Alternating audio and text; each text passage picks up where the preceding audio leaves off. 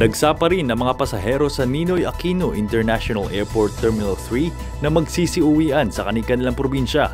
Ilang oras pa lamang matapos ang Noche Buena ay naghihintayan pa rin ang mga nagpalipas na ng gabi sa NAIA Terminal.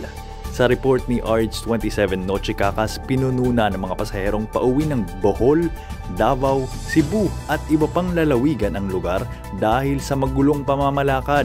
Kabilang sa mga nakapanayam ng DZRH si Annelyn Aguilar na patungong Iloilo na ilang oras nang naghihintay ng kanyang flight. So, saan po uwi nyo? Iloilo po. Ha? Iloilo. Anong oras ang flight nyo? Ang alis nyo dapat?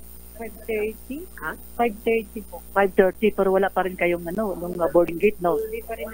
Kanina pa kayo nakatutok, di ba sumakit leg nyo? Antok na nga. Saka Anong oras kayo nandito dumating? Sa Terminal 3? ako dumating kasi galing pa akong Oo. Ayun, galing pa ng ibang bansa. So, hindi ka nakahabol ng Christmas sa probinsya? Kanina 12 na ako lumabas sa Terminal 1. Okay. So, Terminal 1, kahating gabi, so nag-Christmas ka talaga sa airport. Oo, Sino kasama mo? walang kumabisa. Ayon kay Aguilar, nagmula siya sa bansang Israel pero hindi ito kabilang sa mga repatriate. Sa halip ay umuwi lamang ng Pilipinas para magbakasyon. Narinig niyo doon? Talagang nagpuputukan. Doon talagang po ang racket. Ayun, kumusta naman pala doon? Kumusta? Okay naman po, pero sige pa rin yung gira. Tuloy pa rin ang gira hanggang ngayon. Magka 3 months na po. Naku. Ayun, galing Israel. Latin agad. Noche.